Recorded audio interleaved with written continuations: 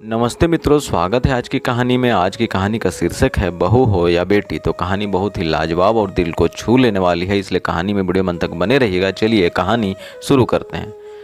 शारदा ने बहू हिना की बेटी की तरह सेवा की। यह उसकी सेवा का ही फल था कि मानसिक रूप से अस्वस्थ हिना धीरे धीरे ठीक होने लगी और शारदा के करीब आने लगी। यहाँ तक कि उसने अपने अतीत के काले पन्नों को भी उनके सामने खोलकर रख दिया था। रूबी ताई ने जैसे ही बताया कि हिना छत पर रेलिंग पकड़े खड़ी है तो घर में हलचल सी मच गई। अरे वह छत पर कैसे चली गई? उसे तीसरे माले पर किसने जाने दिया? शारदा घबरा उठी थी। उसे बच्चा होने वाला है, ऐसी हालत में उसे छत पर नहीं जाना चाहिए। आदित्य चाय का कप छोड़कर तुरंत सीढ़ियों की तरफ दौड़ा और हिना को सहारा देकर नीचे लाया। फिर कमरे में ले जाकर उसे बिस्तर पर लिटा दिया। हिना अब भी न जाने कहाँ खोई थी, न जाने किस सोच में डूबी हुई थी।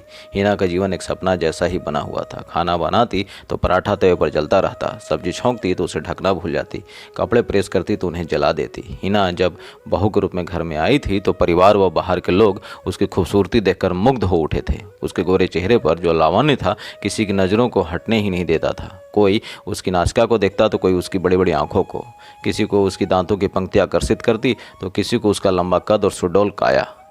सांवला साधारण शक्ल सूरत का आदित्य हिना के सामने बौना नजर आता। शारदा गर्व से कहती, वर्षों खोजने पर यह हुर की परी मिल पाई है। दहेज न मिला तो न सही, पर बहुत वैसी मिली जिसके आगे इंद्र के अप्सरा भी पानी भरने लगे।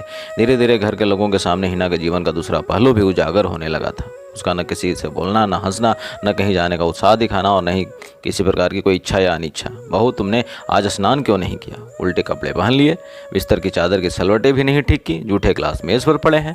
शारदा को टोकना पड़ता। फिर हिना की उल्टी सीधी विचित्र हरकतें देखकर घर के सभी लोग टोकने लगे, पर हिना न जाने कहाँ खोई रहती, न सुनती न समझती, न किसी को टोकने का बुरा मानती। एक दिन हिना ने प्रेस करते समय आदित्य की नई शर्ट जला डाली तो वह क्रोध से भड़क उठा। माँ, यह पगली तुमने मेरे गले से बांध दी है? इसे न कुछ समझ है न कुछ करना आता है। उस दिन सभी ने हिना को खूब डांटा पर वह पत्थर बनी रही। शारदा दुखी होकर बोली, हिना तुम कुछ बोलती क्यों नहीं? घर का काम करना नहीं आता तो सीखने का प्रयास करो। रूबी से पूछो, मुझसे पूछो, पर जब तुम बोलोगी नहीं तो हम तुम्हें कैसे समझा पाएंगे? एक दिन हिना ने अपनी साड़ी के आंचल में आग लगा ली तो घर के लोग उसके रसोई में जाने से भी डरने लगे। हिना, आग कैसे लगी थी? माँ जी, मैं आंचल से पकड़कर कढ़ाई उतार रही थी। कढ़ाई उतारने के लिए सड़ासी नहीं थी, सड़ासी थी, तौलिया था, उनका इस्तेमाल क्यों नहीं किया था? शारदा क्रोध से भर उठी थी। जानती हो तुम कितनी बड़ी गलती कर रही थी? इसका दुष्परिणाम सोचा है क्या?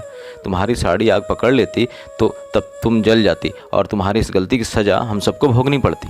आदित्य हिना को मनोचिकित्सक को दिखाने ले गया तो पता लगा कि हिना डिप्रेशन का शिकार थी। उसे यह बीमारी कई साल पुरानी थी। डिप्रेशन, यह क्या भला है?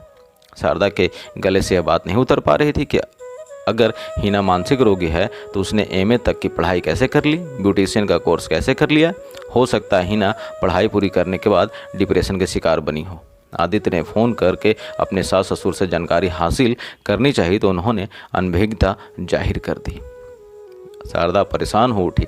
लड़की वाले साफ साफ तो कुछ बताते नहीं कि उनकी बेटी को कौन सी बीमारी है, और कुछ हो जाए तो सारा दोष लड़के वालों के सिर पर मढ़कर अपने आप को साफ बचा लेते हैं। माँ, इस पागल के साथ जीवन गुजारने से तो अच्छा है कि मैं इसे तलाक दे दूँ। आदित्य ने अपने मन की बात जाहिर कर दी। घर के दूसरों लोगों ने आदित्य का समर्थन किया। घर में हिना को हमेशा के लिए मायके भेजने की बात अभी चल ही रही थी कि एक दिन उसे जोरों से उल्टियाँ शुरू हो गई। डॉक्टर के यहाँ ले जाने पर पता चला कि वह माँ बनने वाली है। यह पागल हमेशा को गले से बंध जाए, इससे तो अच्छा है कि इसका अबॉर्शन करा दिया जाए। आदित्य आक्रोश से उबल रहा था। शारदा का विरोध घर के लोगों की तेज आवाज़ में दबकर रह गया। आदित्य हिना को डॉक्टर के यहाँ ले गया पर अबॉर्शन नहीं हो पाया क्योंकि समय अधिक गुजर चुका था। घर में सिर्फ शारदा ही खुश थी। सबसे कह रही थी, बच्चा हो जाने के बाद हिना का डिप्रेशन अपने आप दूर हो जाएगा। मैं अपनी बहू को बेटी के समान प्यार दूंगी। हिना ने मेरी बेटी की कमी दूर कर दी। बहू के रूप में मुझे बेटी मिली है। अब शारदा सभी प्रकार से हिना का ध्यान रख रही थी।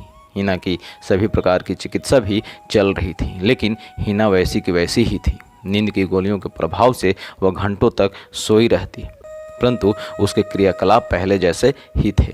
अगर बच्चे पर भी माँ का असर पड़ गया तो क्या होगा? आदित्य का मन संशय से भर उठता। तू क्यों उल्टी सीधी बातें बोलता रहता है? शारदा बेटे को समझाती। क्या तुझे अपने खून पर विश्वास नहीं है? क्या तेरा बेटा पागल हो सकता है? माँ, मैं कैसे भूल जाऊँ कि हीना मानसिक रोगी है। बेटा, जरूर इसके दिल को कोई सदमा लगा होगा। वक्त का मरहम इसे जख्म को भर देगा, देख लेना, यह बिल्कुल ठीक हो जाएगी। तो करो ना ठीक, आदित्य व्यंग कसता। आखिर कब तक ठीक होगी यह? कुछ मियाद भी तो होगी। तू देखता रहा, एक दिन सब कुछ ठीक हो जाएगा। तू बस देखता रहा, एक न एक दिन सब कुछ ठीक हो जाएगा। पहले घर में बच्चों के रूप में खुशियाँ तो आने दे, पहले घर में बच्चे के रूप में खुशियाँ तो आने दे।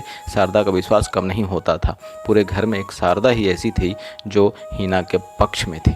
बाकी लोग तो हीना के नाम से ही बिदकने लगे थे। बाकी लोग तो धीरे धीरे हीना के नाम से ही बिदकने लगे थे। शारदा अपने हाथों से फल काटकर हीना को खिलाती, जूस पिलाती, दवाएं पिलाती, उसके पास बैठकर स्नेह दिखाती। प्यार से तो पत्थर भी पिघल जाता है। फिर हीना ठहरी छुई मुई सी लड़की, माँ जी आप मेरे लिए इतना सब क्यों कर रही हो? एक दिन पत्थर के ढेर से पानी का स्रोत फूटा। एक दिन पत्थर के ढेर से पानी का स्रोत फूट पड़ा। हीना को सामान्य ढंग से बातें करते देख शारदा खुश हो उठी। बहू, तुम मुझसे खुलकर बातें करो, मैं यही तो बहुत चाहती हूँ। हीना उठकर बैठ गई। मैं अपनी जिम्मेदारियाँ ठीक से नहीं निभा पा रही हूँ। तुम माँ बनने वाली हो, ऐसी हालत में कोई भी औरत काम नहीं कर सकती। सभी को आराम चाहिए। फिर मैं हूँ ना, मैं तुम्हारे बच्चे को नहलाऊंगी, मालिश करूंगी, उसके लिए छोटे छोटे कपड़े सिलूंगी। हीना अपने पेट में पलते नवजात शिशु की हलचल को महसूस करके सपनों में खो जाती और कभी शारदा से बच्चे के बारे में तरह तरह के प्रश्न पूछती रहती। हीना ठीक हो रही है, देखो मैं कहती थी ना। शारदा उत्साह से भरी हुई सबसे कहती रहती। आदित्य भी अब कुछ राहत महसूस कर रहा था और हीना के पास बैठकर प्यार जताता रहता। एक शाम आदित्य हीना के लिए जामुन खरीद कर लाया तो शारदा का ध्यान जामुन वाले कागज के लिफाफे की तरफ आकर्षित हुआ। देखो, इस कागज पर बनी तस्वीर हीना से कितनी मिलती जुलती है। आदित्य के अलावा घर के अन्य लोग भी उस तस्वीर की तरफ आकर्षित हुए। बारी बारी से आदित्य के अलावा घर के अन्य सदस्यों का भी उस तस्वीर की तरफ रुझान हुआ। सभी लोग आकर्षित हुए। तो लोग क्या कहते हैं, हाँ सचमुच यह तो दूसरे हीना लग रही है, जैसे हीना की ही जुड़वा बहन हो। क्यों हीना, तुम भी तो कुछ बोलो। हीना का चेहरा उदास हो उठा। इतना देखते ही हीना का चेहरा उदास हो उठा, उसकी आंखें डबडबा गई। हाँ, यह मेरी ही तस्वीर है। तुम्हारी? घर के लोग आश्चर्य से भर उठे। मैंने कुछ समय मॉडलिंग की थी। पैसा और शौक पूरा करने के लिए यह काम मुझे बुरा नहीं लगा था, पर आप लोग मेरी इस गलती को माफ़ कर देना। तुमने मॉडलिंग की, पर मॉडल बनना आसान तो नहीं है। मैं अपने कॉलेज के ब्यूटी कॉन्टेस्ट में प्रथम चुनी गई थी। फिर क्या हुआ? शारदा ने उसका उत्साह बढ़ाया। बहू, तुम ब्यूटी क्यों चुनी गई, यह बात तो हम सभी के लिए गर्व की बात है, न कि छिपाने की।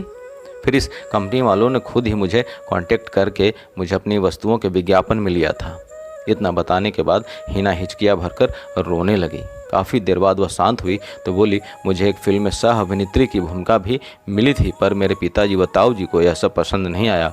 अब हीना की बिगड़ी मानसिकता का रहस्य शारदा के सामने आने लगा था। हीना ने बताया कि उसके रूढ़िवादी घर वालों ने न सिर्फ उसे घर में बंद रखा, बल्कि कई बार उसे मारा पीटा भी गया और उसके फ़ोन सुनने पर भी पाबंदी लगा दी गई थी। शारदा के मन में हीना के प्रति वात्सल्य उमड़ पड़ा था। हीना के मॉडलिंग की बात खुल जाने से उसके मन का बोझ हल्का हो गया था। वह बोली, माँ जी, मुझे डर था कि आप लोग यह सब जानकर मुझे गलत समझने लगेंगे। ऐसा क्यों सोचा तुमने? उसकी सास ने कहा, लोग मॉडलिंग के पैसे को अच्छी नज़र से नहीं देखते और ऐसी लड़की को चरित्रहीन समझने लगते हैं। फिर उस लड़की का नाम कई पुरुषों के साथ जोड़ दिया जाता है। मेरे साथ भी यही हुआ था। बेटी, सभी लोग एक जैसे नहीं हुआ करते हैं। आजकल तुम खुश रहा करो। खुश रहोगी तो तुम्हारा बच्चा भी खूबसूरत और निरोग पैदा होगा। शारदा का स्नेह पाकर हीना अपने को धन्य समझ रही थी कि आज के समय में माँ की तरह ध्यान रखने वाली सास भी है, वरना उसने तो सास के बारे में कुछ और ही सुन रखा था। नियत समय पर हीना ने एक स्वस्थ बेटे को जन्म दिया तो घर में खुशियों की शहनाई गूंज उठी। हीना बेटे की किलकारियाँ में खो गई। पूरे दिन बच्चे को इतने काम थे कि उसके अलावा और कोई सोचने को उसे फुर्सत ही नहीं थी। एक दिन शारदा की इस बात ने घर में विस्फोट जैसा वातावरण बना दिया कि हीना धारावाहिक में काम करेगी। पारस मेरी सहेली के पति हैं और वह एक धारावाहिक बना रहे हैं। उन्होंने हीना को कई बार देखा है और मेरे सामने प्रस्ताव रखा है कि आदर्श बहू की भूमिका वह हीना को देना चाहते हैं, पर माँ तुम यह क्या कह रही हो, हिना को धारावाहिक में काम दिलाओगी? वह कहावत भूल गई कि औरत को खूंटे से बांध कर रखना चाहिए। एक बार औरत के कदम घर से बाहर निकल जाए तो घर में लौटना कठिन रहता है। आदित्य आक्रोश से उबल रहा था। शारदा भी क्रोध से भर उठी। क्या मैं औरत नहीं हूँ? पति के मरने के बाद मैंने घर से बाहर जाकर सैकड़ों जिम्मेदारियां पूरी की हैं। माँ बनकर तुम्हें जन्म दिया और बाप बनकर पाला है। सैकड़ों कष्ट झेले, पैसा कमाने को छोटी छोटी नौकरियां की, कठिन परिश्रम किया। तो क्या मैंने अपना घर उजाड़ लिया? पुरुष तो सभी जगहों पर होते हैं। रूबी ताई भी तो दफ्तर में नौकरी कर रही है। क्या उसने अपना घर उजाड़ कर रख लिया है? फिर हिना के बारे में ऐसा क्यों सोचा जा रहा है? अगर तुम हिना को खूंटे से ही बांधना चाहते हो तो पहले मुझे बांधो, रूबी को बांधो। हिना का यही दोष है ना कि वह सामान्य से कुछ अधिक खूबसूरत है, पर वह उसका दोष नहीं है। अरे कोई खूबसूरत चीज़ है तो लोगों की नज़रों की तरफ उठेंगी ही। शारदा ने तर्कों के आगे सभी की जुबान पर ताले लगा दिए थे। हिना शारदा की गोद में मुँह छुपाए रो रही थी। फिर अपने आंसुओं को पोंछ कर बोली, माँ तुम सचमुच मेरे लिए आदर्श ही नहीं बल्कि माँ भी हो। एक दिन जब हिना का धारावाहिक टेलीविजन पर प्रसारित हुआ तो उसके अभिनय की सभी ने तारीफ की और बधाई मिलने लगी। हिना उत्तर देती, बधाई के पात्र तो मेरी सास है, उन्हीं ने मुझे डिप्रेशन से मुक्ति दिलाई और एक नया सामान से भरा जीवन दिया।